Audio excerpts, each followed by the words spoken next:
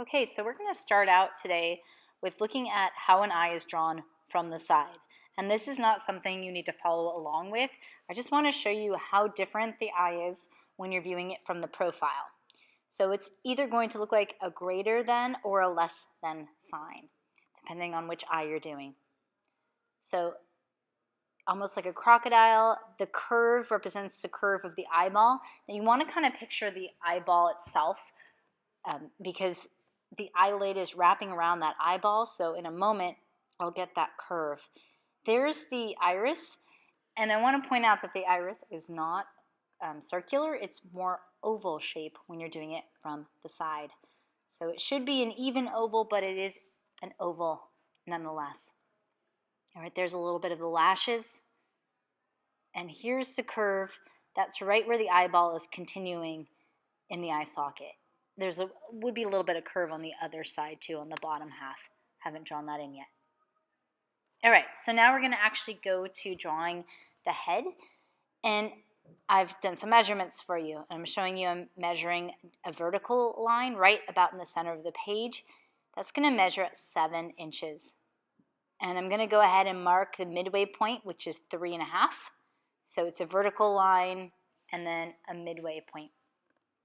All right, so I'm going to go to the center of that midway point. It's going to be right at 3.5 because it measures 7 horizontally as well as vertically. So you're going to end up with a cross, and it's an equal distance cross. So both arms of the cross measure 7 inches, just like that. Okay, so now we're going to go to the left side of your paper, and we're going to be drawing a vertical line down. And it's still a fairly light line. And it is about the length that we've drawn the other line, so about 7 inches. You don't have to measure it though. Okay, so now we're going to start working on the gesture or the outside shape of the head. So you're going to have to look. I went ahead and drew those same vertical lines on the picture directly, so on the reference, so I could see where exactly the midway point is, and then I refer to that. So here is essentially the top part of the head and the back of the head, and this should resemble a skull. And that's the way I usually start a profile, is it starts looking like a skull at first, and then you develop it. So there's the back of the head, there's a cranium. And you want to look at where does the jaw align up with the midway point.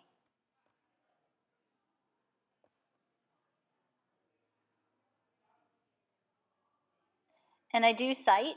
I'm sighting off camera. I'm looking at the angle. I'm going to transfer that angle to the paper. Lightly, of course, because it's not exactly perfect. Shaping the jaw a little bit better. Okay, and here is the neck. And I really looked closely. Where does that neck begin in relationship to the jawline there? And she's also got this interesting shoulder. Her shoulder's raised kind of high, so you're seeing that shoulder unusually close to the chin. And it's also because her head is kind of angled towards her shoulder.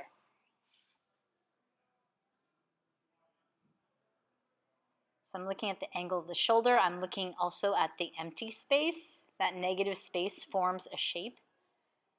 And there is the neck. Here is the back of the neck. And this is not exactly perfectly the same size as the reference, I should tell you that. We're actually making it a little bit bigger. So kind of rough, suggestive, it's a gesture that you're getting here.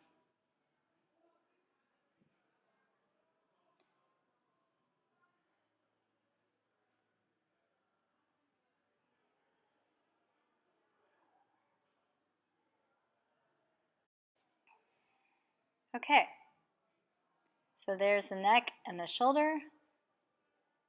You need to figure out where the hairline is going to begin. So I've roughed in a hairline.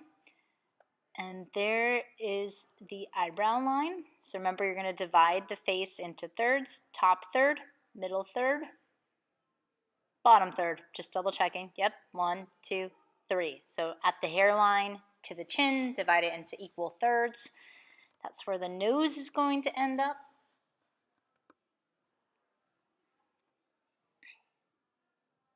Eyebrow.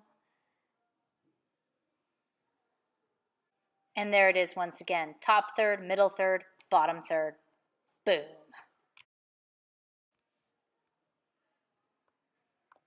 Okay, so I'm just dividing from the nose to the chin into thirds, making sure that is accurate to get the mouth.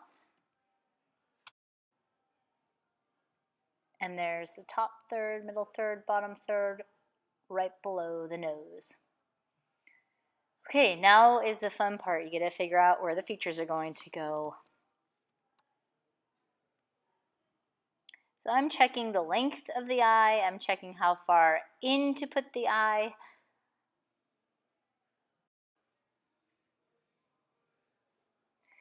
Okay, so I'm getting, there's a brow there where the brow goes in, and I'm trying to articulate where it curves in. And I'm looking at the model. I'm trying to get her likeness, so I'm trying to focus on that indentation on her.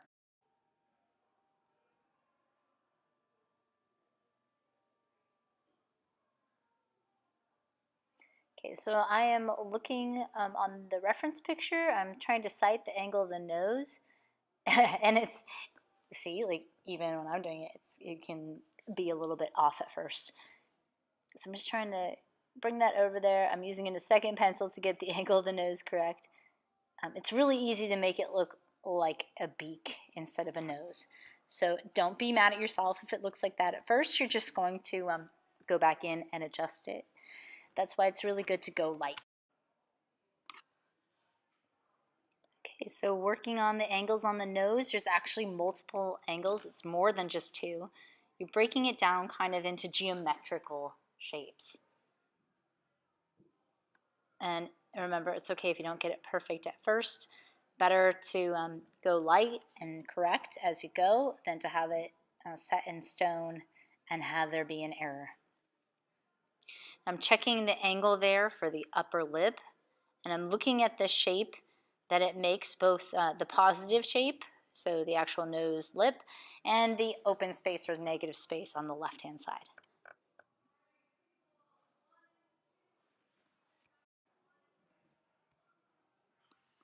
Okay, we're going to pause there, and then we'll work on the lips some more in a little bit.